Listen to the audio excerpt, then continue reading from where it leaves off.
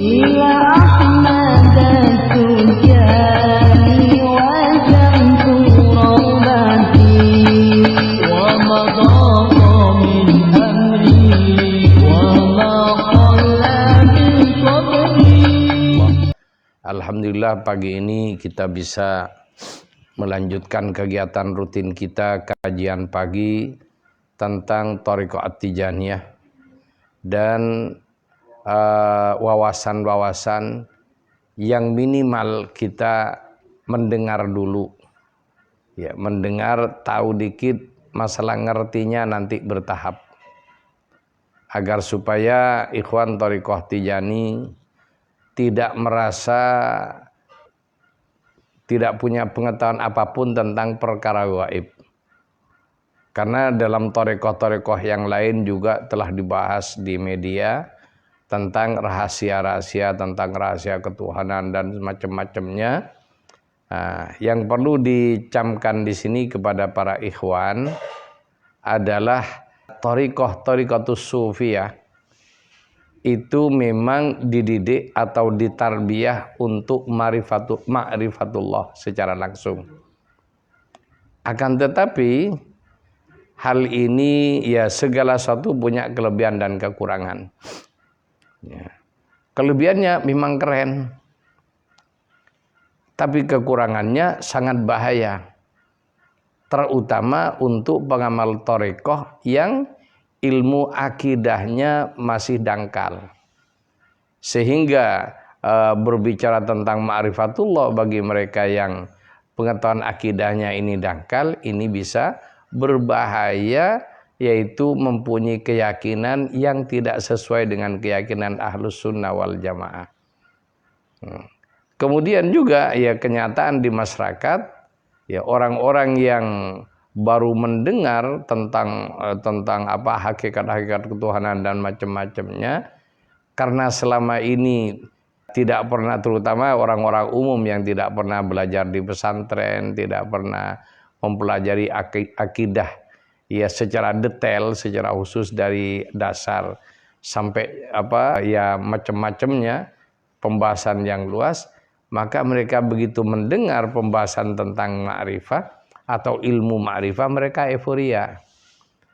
Dalam euforianya mereka berbicara seakan-akan mereka sudah mengetahui, ya, mempunyai ma'rifah tingkat tinggi dengan Allah Subhanahu wa taala, yang diantara akibat dari hal ini memandang orang lain yang istiqomah dengan sholat 5 waktunya, istiqomah dengan syariat-syariat ini dipandang rendah.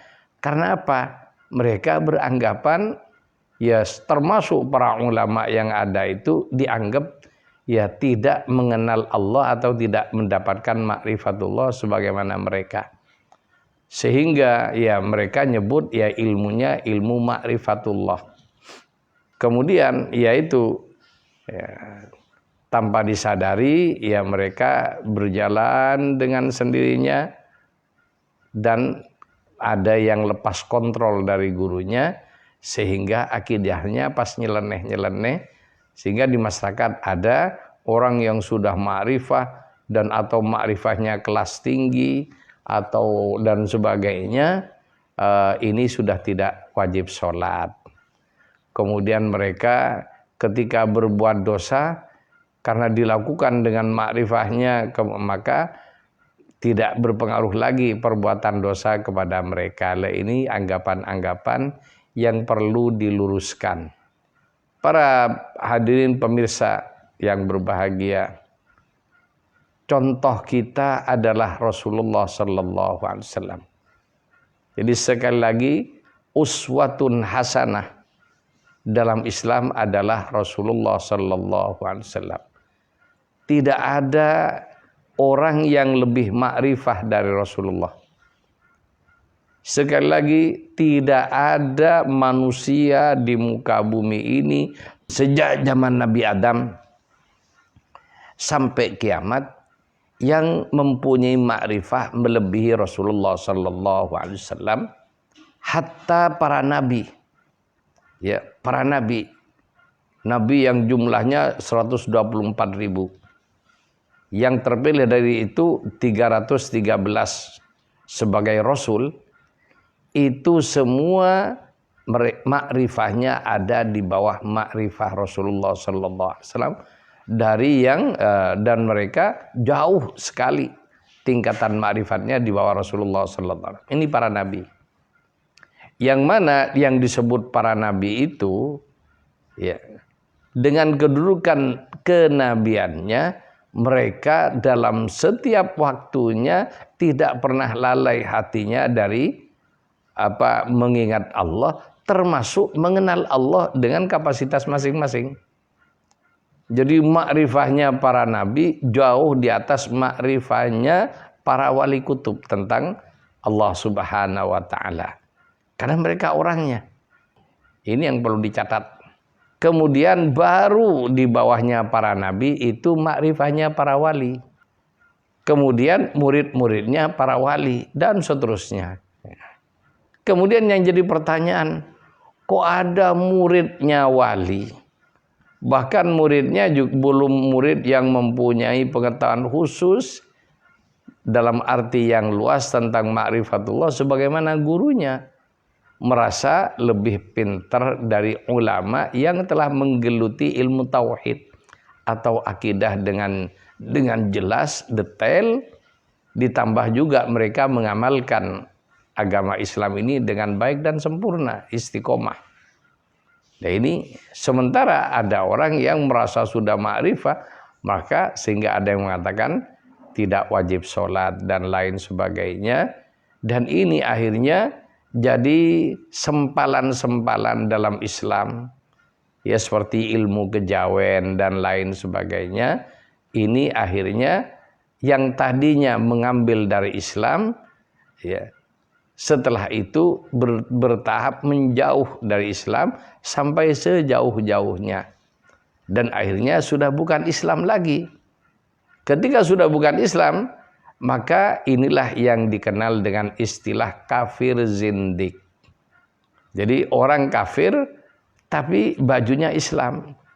Dia yakin kepada Allah dan Rasulullah dan macam-macam, tapi dalam keyakinannya telah menyimpang.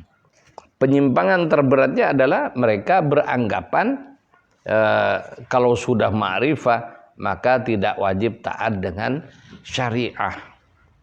Kemudian juga ada pemahaman syariah itu seakan-akan ya, dan menurut keyakinan mereka bertentangan atau berlawanan dengan syariah. Jadi hakikat berlawanan dengan syariah. Sehingga mereka selalu hakikat. Ya, kemudian ya ma'rifah. Kemudian mereka menentang syariah. Inilah yang dikenal dengan kafir zindik. Rasulullah sallallahu alaihi wasallam dalam hal ini sebagai nabi, artinya nabi itu pengetahuan gaibnya sudah sampai kepada pengetahuan gaib yang sempurna. Baik tentang ketuhanan termasuk tentang kenabian, tentang malaikat dan semua perkara gaib ini diketahui oleh Nabi. Perkara zahir, batin, batinul batin diketahui oleh Nabi. Dan Rasulullah sallallahu alaihi wasallam dalam hal ini ya setiap harinya selalu jadi imam sholat 5 waktu. Jadi bukan langsung Nabi karena sudah ma'rifahnya ya sudah paling tinggi kemudian tidak sholat. Nabi menjadi imam sholat setiap waktu.